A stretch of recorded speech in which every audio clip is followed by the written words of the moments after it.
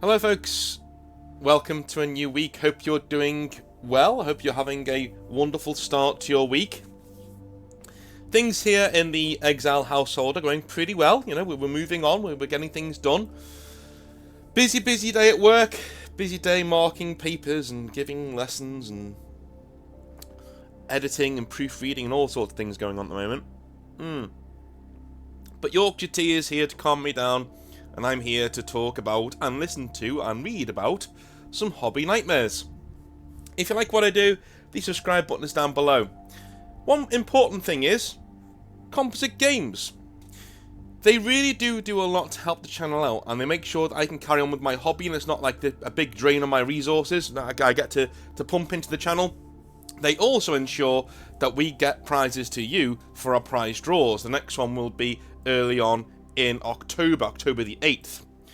So, if you want to support them, head on down to the comment section down below, just above it, and you'll see a link there to go onto their store page. Use the promo code Northern Exile down below to get yourself 5% off your order at checkout. So, let's get on with some hobby nightmares, shall we? Because it's going to be an interesting one today, because I've got 3 ones that I read 2 last night, and I chuckled, and the other one I was assured was a tragedy with a happy ending. So, I don't know.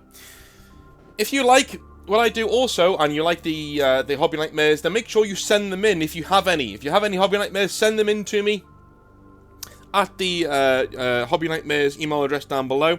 It is hobbynightmares@gmail.com. Send them in there, and I'll endeavour to get them read out over the next week or 2. We will see.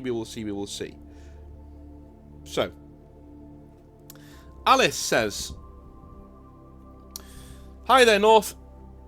I recently discovered your channel and absolutely love your Hobby Nightmares series, and I've been binge watching them on YouTube whilst working on my own hobby. Good girl. But I thought I would share a couple of my own hobby nightmares. The first one, when I was a baby hobbyist around 18, the Corvus Cabal came out for Warcry, and I was totally enamoured with them, deciding to do box art style colours with snowy cobble bases, and decided that I wanted to make little cobblestone walls for them since they would look very cool. So I made some out of sprue pieces, and I was quite pleased with them. But I made the classic mistake of working on something slightly different in my friendly local games workshop, where another customer came in and was having a look around when they spotted me making these little cobble walls crudely and carefully with clippers and sprue and probably too much superglue, or PVA glue. After talking for a few moments about what I was doing, he looked closer at my work before holding his hand out and saying to me, 'Give that to me, beginners don't get to have nice bases.' Obviously, I was confused and slightly panicked, as I've only been in the hobby for a few months at this time, and everybody I had interacted with had been amazing and really supportive.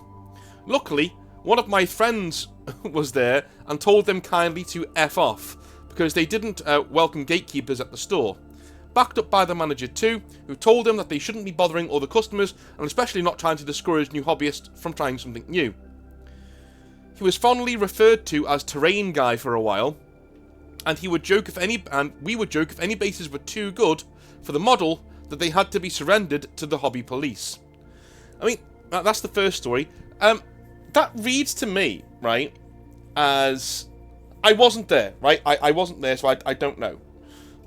Maybe it's just the way that you've written it here. But a friend of mine once said a really funny joke to a married couple of mine. A married couple who are friends of mine. And they've had a baby. And he walked over and said, "That baby's far too good looking, it must be mine." Right? And that's funny, right? Because it's cheeky, you know, and it's funny. It's just literally like that baby's far too good looking, it must be mine. Right? That's hilarious. You know, and they all laughed, I laughed. But this reads like that, like, give that to me. Beginners don't get to have nice bases, right? Like, he said a joke that's come across wrong. You know what I'm saying? I say all the time on the channel. I'm like, dude, are you serious? You're a beginner? Like, you're way ahead of me. And I'm like, throw that in the bin. You shouldn't have that, right? New people shouldn't have that. I'm wondering whether he did that and it came across wrong. I wasn't there, of course, and so you know more than me. So maybe he was just being a DICK, you know what I mean? The second story, many years after Terrain Guy, I make my first trip to Warhammer World with my boyfriend. Both of us had never been... I thought they said both of us had never been used before. I was like, ugh. Both of us had never been before. And we were so excited to go around the exhibit and see all of the cool dioramas. Drink at Bugman's Bar and see the cool games and basically be in hobby mecca. Having gone around the exhibits and spent time to comment on every diorama and spent far too long trying to find the assassin in the huge one, we decided that on the way to Bugman's we would walk through the gaming hall and look at all the cool painted models and talk to fellow hobbyists, if they wanted to. We never bothered anybody if they were engrossed in the game or talking to each other, but one of the games stood out to us. Eldar versus Custodes. Okay. Both beautifully painted to full. Black and orange Eldar with green gems and silver and purple Custodes. I think I remember the Eldar more for reasons that will soon become obvious. The guys playing were on their breaks, and as a relief worker of a Games Workshop by this point, I was quite excited to talk to other staff about their hobby, but had their lanyards turned around to signify that they were out of service, whilst they enjoyed their game. That's it, yeah, that is something that they do. Weirdly, I was told to bring a lanyard to GWHQ, just so they knew who was who. Even if I was in my spare, my own clothes, so they were like, hey, oh, you're a staffer, okay, bang, and also they use it to. It's very, very quick. If you get your 50% discount, it's much quicker to take your lanyard in there with your name on it and your barcode on the bottom of it. They scan that and it gives you the 50% discount, so you don't need to bother about anything else. Which is why we brought it. But as soon as we walked in there. And I had mine on with like a few other bits and bobs that I had around me underneath my shirt. We were told to take it off. Like, we want you to take that off. If you're off duty, you're off duty. And I'm like, okay, well, fine. Well, why tell me to wear it then? You're told two different things, right? Stop it. Stop doing that. Stop telling us to do one thing, and then some other, job's body tells us to do something else. Just have a message and stick to it. But that is what they do. If you have your lanyard turned around, generally it means you're off duty. But people don't normally get that anyway, but it is what it is. But we stopped and chatted to them for a while whilst they painted and played. And I was enamoured with the paintwork, commenting that I loved the Eldar colour scheme, and that I actually preferred the colour scheme and work to that in the Codex, as the ones in the Codex always seemed a little flat to me. Going home and back to my store, I was excitedly rambling about my trip to my manager, since we were friends and they loved to hear about these kind of trips. She asked what the people looked like, as they could have been managers that she recognised, since she was quite familiar with a fair few around the area. North, this is where I learned that I had fucked up royally. I had told Jess Goodwin that I preferred the army on the table to the Codex work. I told the father of the Eldar that I didn't like his work. It got worse. Steve Buddle, who sculpted the Eldar, was the one playing Custodes. They must have just been chuckling, looking at each other through the corner of their eyes like, oh god. So now I start my penitent crusade by starting Eldar, and I have a self-imposed ban from Warhammer World until I have completed my Eldar army. Some of the pictures are attached of my kit-bashed Eldar Ynnari army. Some of them aren't painted in classic hobby style. Sorry, Jess. Hope you enjoyed these stories, North. That was brilliant, dude. That was fantastic. That was fantastic. Let me have a little look at these Eldar. That was brilliant. I love that. That's so funny. Literally the guy who made Eldar, like, at all. And you're there just like, yeah, not really for me. Oh, that's lovely. I like that. Lovely stuff. Lovely, lovely stuff. You do the same thing as me with brighter colours. You don't thin them down enough. I've noticed on his helmet there. I do that as well with whites. Like, I find it really difficult to water down lighter colours to the point where they're getting a nice, smooth finish like you see in heavy metal and things like that. It looks brilliant. It looks fantastic. Look almost ornamental. But for smooth armours, I don't really want that on my Marines, you know what I mean? So I always get that wrong. But that's an amazing looking model though, dude. Absolutely well done to you. Lovely stuff. Lovely, lovely stuff. I'll leave it up for a bit. Chaz says, "Hi North, you can call me Chaz." I have done. Sorry, Ches. Okay, you can call me Chaz. Not really a nightmare, or the opposite of it, but it's more of a nice story I would like to share. Okay. When you could still order bits through the mail order, oh my god, those were the days. Remember when you could order bits through mail order, just a single bit for your army? Oh, those are the days. When you could still order bits through the mail order, I was starting a Bretonian army. I wanted an old veteran that has seen many wars as my general, so I got the Voltan miniature. The Voltan miniature, for those of you who don't know, was the miniature who came with the Storm of Chaos? It was called the campaign. Anyway, to make it my own, I was looking for a cool sword for him. So I asked in my local forum. After a few recommendations, one of my buddies wrote something like, "Why do you want to give your guy a gay spear? Why not give him a badass war axe instead?" Alright, here's where I want to take a break from your story here, just to mention something. Because the rest of your story, you do go on and take his advice. But here's the thing. Your hobby is completely your own. Do not cave to pressure from other people. Alright? Because other people's tastes suck ass. Why? Because you know what you like, my friend. You know what you like. If you like something in the hobby, and you're pretty sure that you're doing it in a way that's going to give you the most fulfillment and enjoyment, you're doing the hobby correctly, and you're doing the model in the most apex way you can afford to do it, because you're enjoying doing it, right?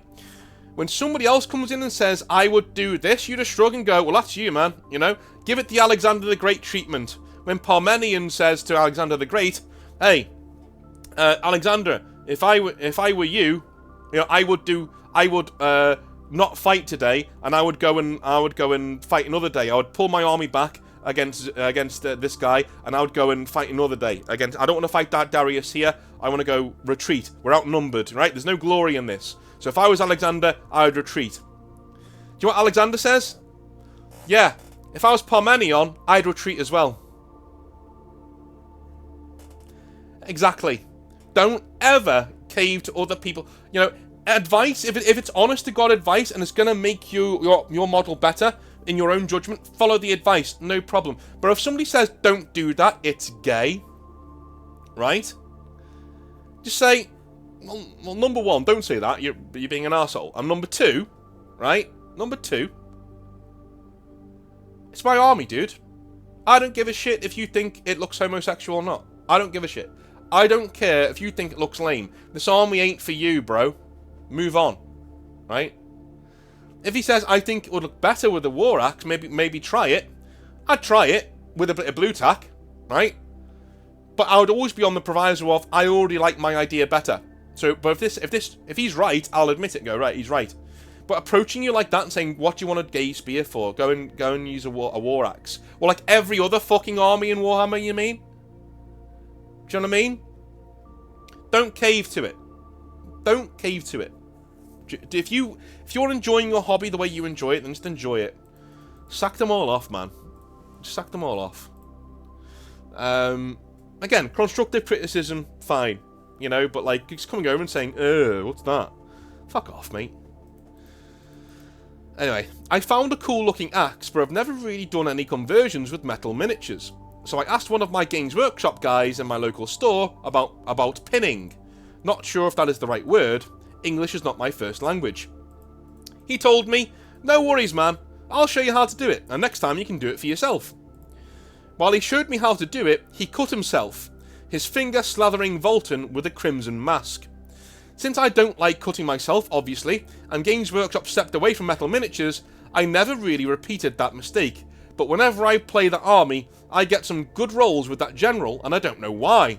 I always say it's because he was baptised with a Games Workshop worker's blood. In general, I had a great time at that store, and when that McCrag box was released, the same employee was building the desert table for it. While gluing, he turned to his boss and said, "Hey, I need something heavy to weigh it down." His boss, who was overweight, turned to him and said something like, "Why the fuck are you asking me?"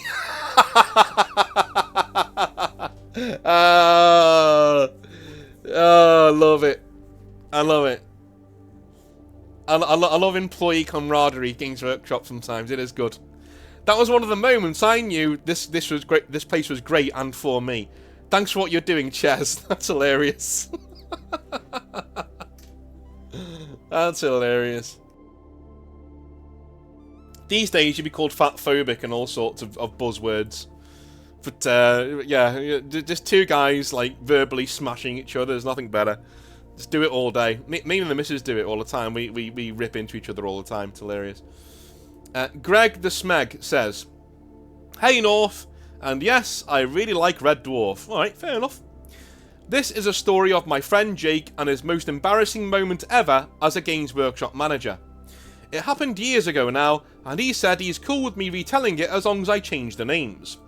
So, we were both managers, and we'd actually come into the company together because we worked at the same store, and, weirdly, got management jobs at the same time, which was really awesome.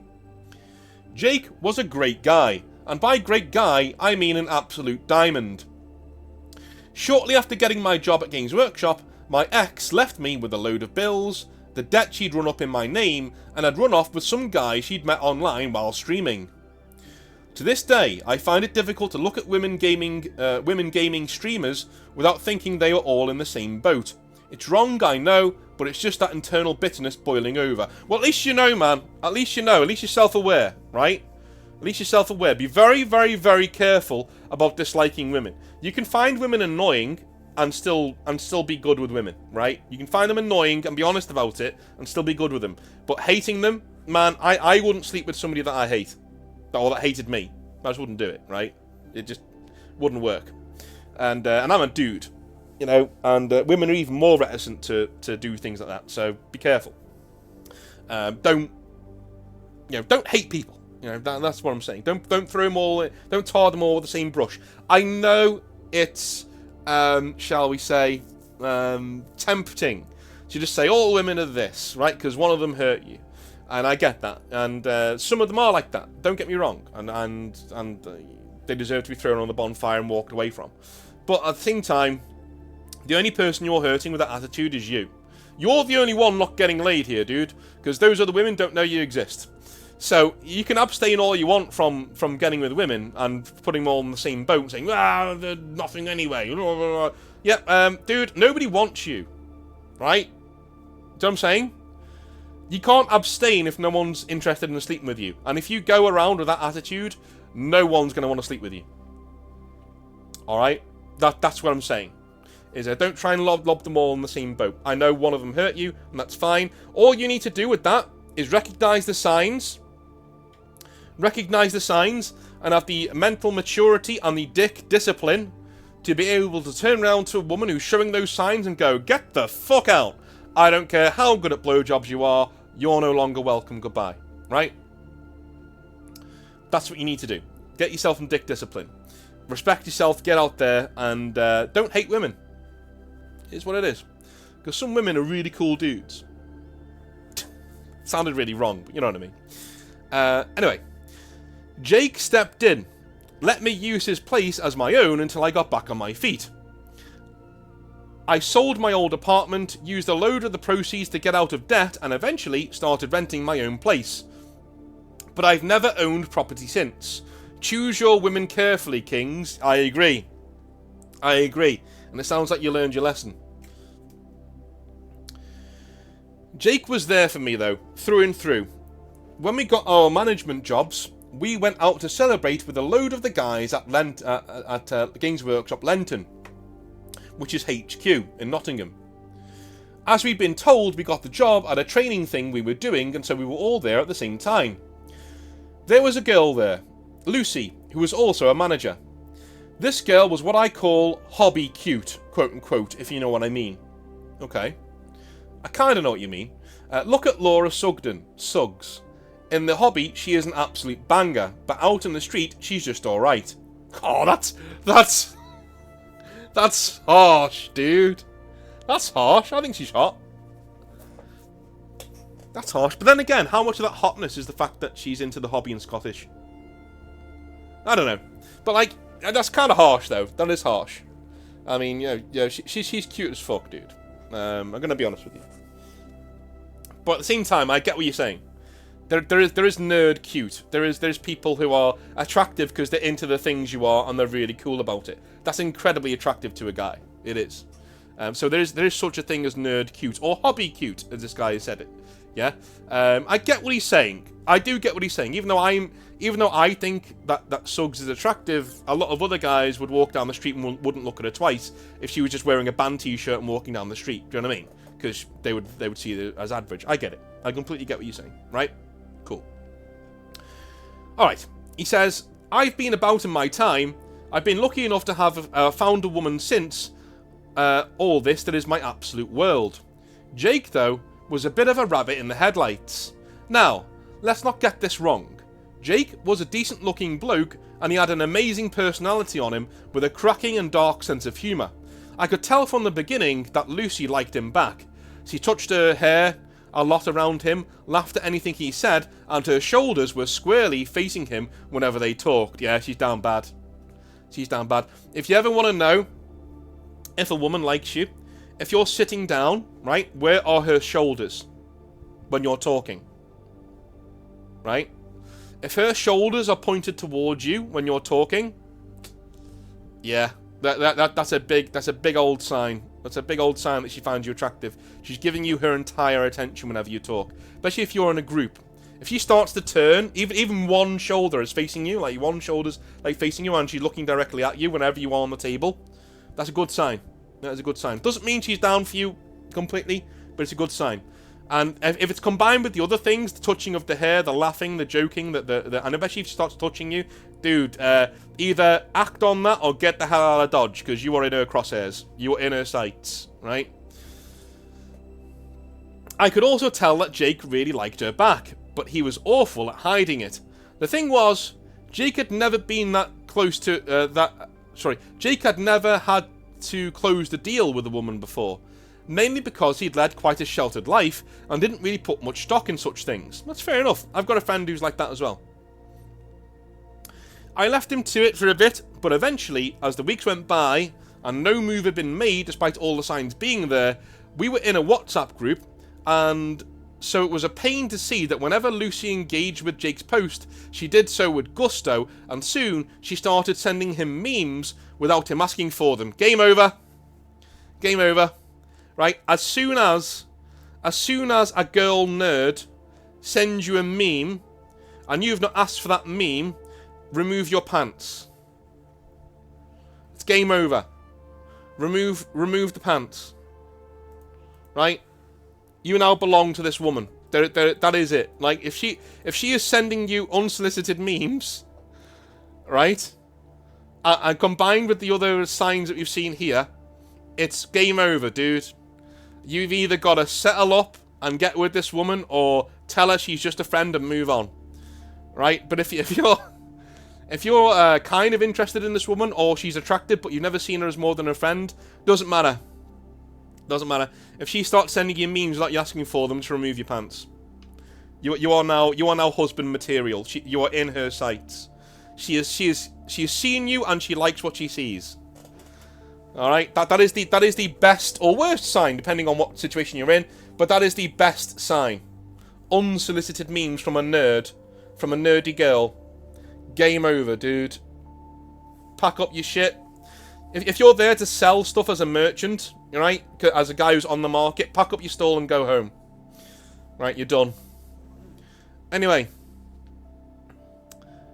Like, she'd see something, carrying on, like she'd see something, she'd send it to him, he'd laugh and show me. This happened 3 or 4 times a day, dude. My God, put the poor woman out of her misery.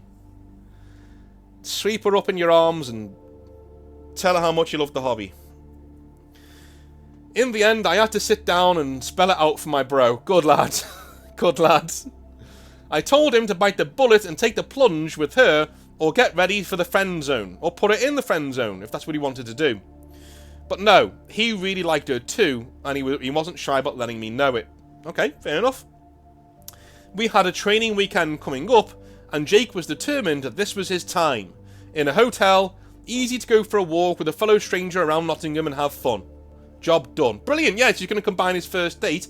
Good lad. That's cool. Yeah. Yeah, you get her there when everyone else is around. You talk to her. You say that you like her and you like to take her out. Or you say, hey, listen, do you want to go grab a drink elsewhere? Right? Cool. Excellent. Excellent stuff. This is where Stuart enters the tale. Our trainer, and essentially the biggest ballbuster I've ever come across. He'd take great pleasures in giving you negative feedback. Here is a sign, guys. If someone tells you, and I quote, I take no pleasure in telling you this, but, ellipses, end quote, they take serious pleasure in what they are about to tell you. Yeah, exactly. If somebody says, listen, I take no pleasure in telling you this, no, you're loving this. You're loving every bit of it. That's what you're doing right now. That was this guy's catchphrase, literally, I take no pleasure in telling you this. And boy, did he have the hots for Lucy. Not reciprocated in any way, as far as I'm aware, but yeah, his looks towards her at training days, his comments made towards her, and the things she told us he would say on his visits to her store were a bit awkward. Not only that, but for every one visit the rest of us got, Lucy got 3. Oh wow, this guy's really putting himself in her crosshairs, right? I'm sure you were going to talk about why it is always the trainers who get into these stories, North, but let me throw a theory out there. Alright, Games Workshop trainers want to be upper management, but they failed and they keep failing, and so they remain trainers and bitter for that price too. The phrase, those who can't teach, is meant for guys like this. Okay, you know me, I don't really like the phrase, those who can't teach, because I know a load of guys who teach stuff, and they're amazing at what they do. Like literally, I know amazing engineers who teach engineering. I know amazing physicists who teach physics. I know amazing historians who teach history, right? Like, it doesn't really work in academia. Do you know what I mean? It doesn't really work. But outside of academia, when you've got things like, you know, teaching you how to be a good store manager, or teaching you how to... here's the thing, and this comes up all the time with me, right? Guys who aren't very good with women, right? Here's the thing. This is going to be controversial, because I know a lot of you are red-pilled, or at least, you know, you consider yourselves to be on that side of things. Andrew Tate isn't very good with women, guys. Just going to tell you right now. Any dude who has to pay for it, any dude who has to show his wealth off to get women isn't very good with women. His money is very good with women. He is not very good with women. His celebrity status is very good with women. He is not very good with women. Never take advice from a guy like that, because that is the prime example of those who can't teach. The only reason that person's getting laid is because of their money and their status. You've got neither of those two things. So why the hell would you take advice? It's the same reason I say don't take advice on women from women, right? If I want to learn how to catch salmon, I will go ask a fucking bear. I won't ask, right? Here's my analogy. If I want to know how to catch salmon, I will go and ask a bear who's catching salmon in the wild. I won't ask a salmon, and I won't ask a bear who's behind a cage being fed salmon. That's what Andrew Tate is, and guys like him. They're behind a cage being fed salmon. Okay? Because of their money and their status. Now, if you want to listen to them in trying to become, you know, have money and have status, fair enough. I can't attest to whether his training is good or not. All I know is his takes on women are really stupid. And, and kind of like wrong. Not wrong as in morally wrong, but wrong as in they won't get you laid. And they won't get you women. Right? I'm just telling you that now. And so that's the thing that I've come across when people say those who can't teach. Most of the guys on YouTube who make their entire YouTube careers about telling you how to get women, most of those guys don't get women. I'm telling you now, just one look at them. Most of those guys don't get women.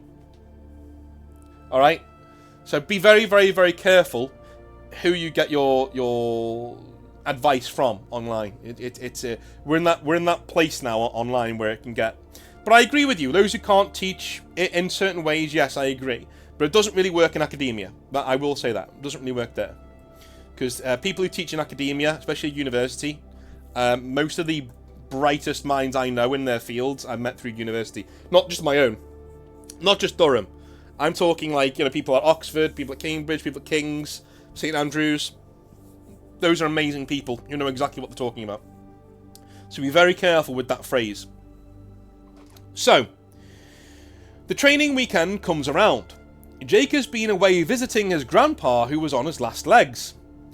He took a flight back from America and his visit to his grandpa in the early hours to get back to the training weekend, and unfortunately all of his stuff was lost in the shuffle by his airline. That sucks. So, he got to the hotel on the Friday evening wearing his gear that he'd had on for 2 days, but was told we needed to be in the bar for an address from the trainers. Yeah, because they've got to be pumped up by their own self-importance. Yes, which was fine, I guess. I could tell Jake was feeling very self-conscious, though. I mean, he didn't smell great after those days travelling and not being able to get to his room for a shower yet, despite having no clothes. He asked if I had any spare clothes, and I told him that I did, and he should take my room key, sneak up for a shower, and head back down and get his own key. That's when the talk started, so there's no way he's leaving now with the doors closed. After the talk, we are all talking in an impromptu group exercise for 10 minutes before we are allowed to retire to our rooms or have a few drinks. Lucy is there, and I can tell Jake is already going red in the face and sweating. He's just not comfortable. Yeah, man, he's definitely thinking, oh my god, I smell, and it's getting to him. That's horrible. I hate that feeling of like, there's something wrong with you, or that you don't want any attention to come to you, but in doing that, you're bringing more attention to you. It's a horrible vicious cycle. I hate it. It's alright, old chap, I said to him. Another 5 minutes and you can get that shower. Come down and sweep her off her feet with a few cocktails. Good lad. What a bro. What a bro. Then Stuart heads over, puts his arm around us and says, alright guys, how's it all going? Bloody hell, what is that smell over here? He looks at Jake and says, Jake, you need to head upstairs and get a shower or something, mate. That's not acceptable. We can't have managers smelling like that. With that, he bid us all a good weekend and moved on to the next group. What a fucking douche. What a fucking douche. I will say this now. The weakest dudes I've ever known have done two things, right? Number one, they've run down other men in front of people, even their friends, especially when there's women around, right? And number two, they will laugh at you for failing with women. If you go over to a woman and it doesn't work out, and you come back to the group, they laugh at you. Those guys are fucking cowards, and you shouldn't be friends with them. There's nothing a coward loves more than when a brave man fails, because then he can say, look, see, that's why you shouldn't bother trying, just like me. Fuck off, you cowardly little cretin. Get out of my life. Anyway. Jake looked like he wanted the ground to swallow him up. Poor dude. Fucking hell. So I piped up. To be fair, guys, I said, he's just come back from seeing his grandpa, his clothes were lost by the airline, and he's just been roped into this training bullshit before we've even had a chance to get to our rooms, alright? I think we can cut him a little slack here. Lucy agreed. Stuart, who heard that comment, didn't. Training bullshit? What do you mean? He said. And so our argument began.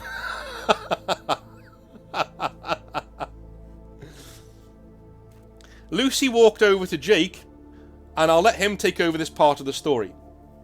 Because I asked him to tell me and fill in the gaps of what had happened whilst I was having my argument. My argument with the trainer I will save for another time and another hobby nightmare that led me to leaving the company a year or two later. So, Lucy walked over to Jake, gave him the key to her room, aye, okay, and told him to head up there and get a shower, then come down for a drink with her. He did just that, but didn't go in her room. Instead, he got his own key from reception, took a shower in his own room, then used my key to choose some clothes for himself and headed back down. He came downstairs after that, and he and Lucy talked and exchanged phone numbers. But their big event, their big getting together time, was kind of ruined. Jake left the next morning to get his belongings from the airport that had finally turned up, and never came back to the training weekend without leave. Don't blame him. He told me he just wanted to sack it off at that point, and his end in the company had started because that was an insult to the trainers and a huge no-no. Yeah, if you left early, that was a big no-no. A big no-no. Unless you had like a prior thing or family thing had kicked off or something like that had happened, you know. And from what I know, one of my old friends, Ryan, actually left a training thing because I think it's something that's happened with his sister or something. And even he was like, it was like they looked down upon us. Why are you leaving? You know, you should stay here, even though it's a family emergency. So even then, they will be a bit snooty with you. Just arsehole, man. Absolute arsehole. So, happier news. Jake and Lucy ended up dating and are still dating today. These days, this is just a funny story they tell rather than something awful, but yeah, it still stings for Jake. Jake left Games Workshop the next year to work as a commissioned Warhammer painter, and makes very good money doing it, to be fair. So, all's well that ends well. I'm no longer with the company. I left a few years ago to work in software development, and it's a job I love dearly. You are right in what you say.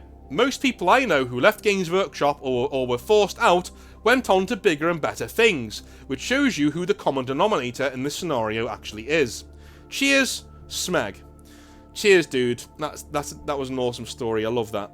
That was great. And you are right in what you say. Most people who leave Games Workshop do go on to do bigger and better things.